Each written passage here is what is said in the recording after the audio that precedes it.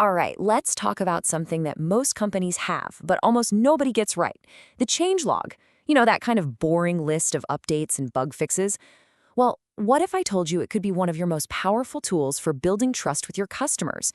Today, we're going to show you how to transform that dusty old list into a strategic asset. This quote right here really hits the nail on the head, doesn't it? So many teams see their changelog as a chore, something they have to do. But that's a massive missed opportunity. A good changelog is a pulse. It's living proof that your product is breathing, evolving, and that real people are working hard to make it better. So here's our game plan for today. First, we'll talk about why it's more than just a list. Then, we'll dive into your changelog's core mission. It's why.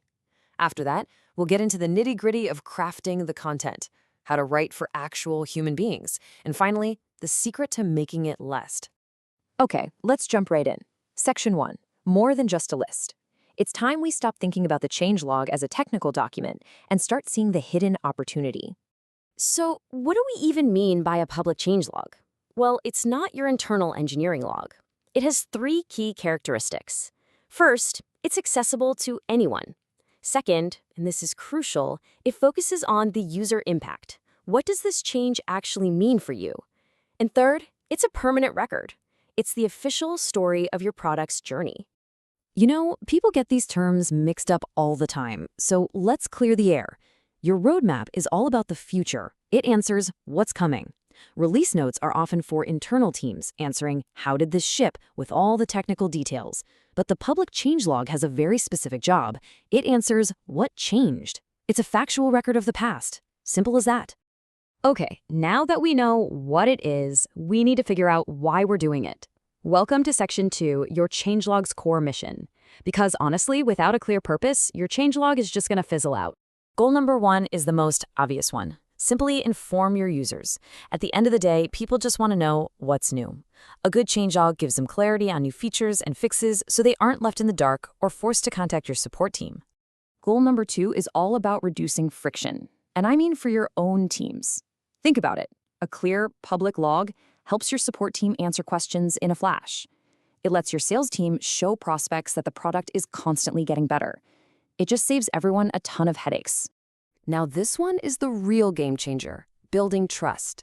When you're open about everything, not just the flashy new features, but the bug fixes too, it signals incredible honesty. It shows you're not trying to hide the messy bits. That kind of transparency is absolutely priceless. And last but not least, driving discovery.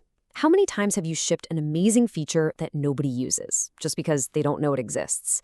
A changelog is like a treasure map. It guides curious users to new value they might have completely missed otherwise. All right, we know our why, so let's get into the what. Section 3 is all about crafting the content. This is where we decide what actually gets included and what gets left on the cutting room floor. The rule of thumb here is really simple. If the change impacts the user's experience, it belongs in the changelog. That means new features, for sure, improvements to things that are already there, any bug fixes that were causing real pain, and absolutely 100% you need to announce when you're removing a feature. No surprises. Knowing what to leave out is just as important. Remember, this isn't your team's raw engineering log. Nobody outside your company cares about internal code refactors or server upgrades. That's just noise. If a user can't see it or feel the difference, keep it out of the public changelog. How you organize this stuff matters too. Most products just go with a simple reverse chronological list. Newest stuff is always at the top. It's easy and intuitive. For developer tools, it often makes more sense to group changes by version number. And for bigger, more complex products, you might group things by category, like billing or analytics, to help users find what's relevant to them. So let's move on to a skill that is absolutely crucial. Section 4, writing for your users. You can have the best strategy in the world, but if your updates are unreadable, the whole exercise is pointless. Here's a super simple 4-step guide.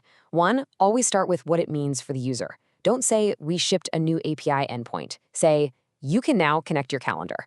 2, drop the jargon. Use plain, simple language. 3, be specific, but keep it brief.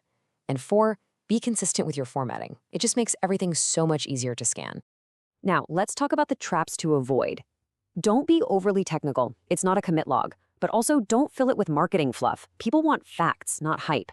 Never, ever hide negative changes, like removing a feature. That's the fastest way to kill trust. And my personal pet peeve, that lazy, meaningless entry, minor fixes and improvements. It tells your users absolutely nothing.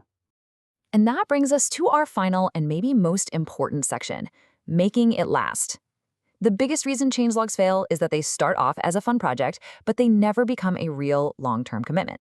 To keep this thing alive, you need a system. First, set a realistic schedule for updates and stick to it. Second, assign a clear owner. If it's everybody's job, it's nobody's job. Third, promote it. Let people know it exists. And finally, don't delete old entries. That history is part of your product's story. If you walk away with only one idea from this entire explainer, please let it be this one. The #1 rule is consistency. An out-of-date changelog is actually worse than having no changelog at all. It signals neglect. A consistent one signals reliability and builds incredible trust over time. When you step back and look at the big picture, a great changelog is the backbone of your entire release communication strategy. It's the essential bridge that connects the promises you make in your roadmap to the reality of what you've actually delivered. It's your source of truth. So I'll leave you with this question. Go take a hard look at your own changelog. Is it just a passive, forgotten archive that's documenting the past? Or are you actively using it as a tool to inform your users, to earn their trust, and to build your product's future? The choice is really up to you.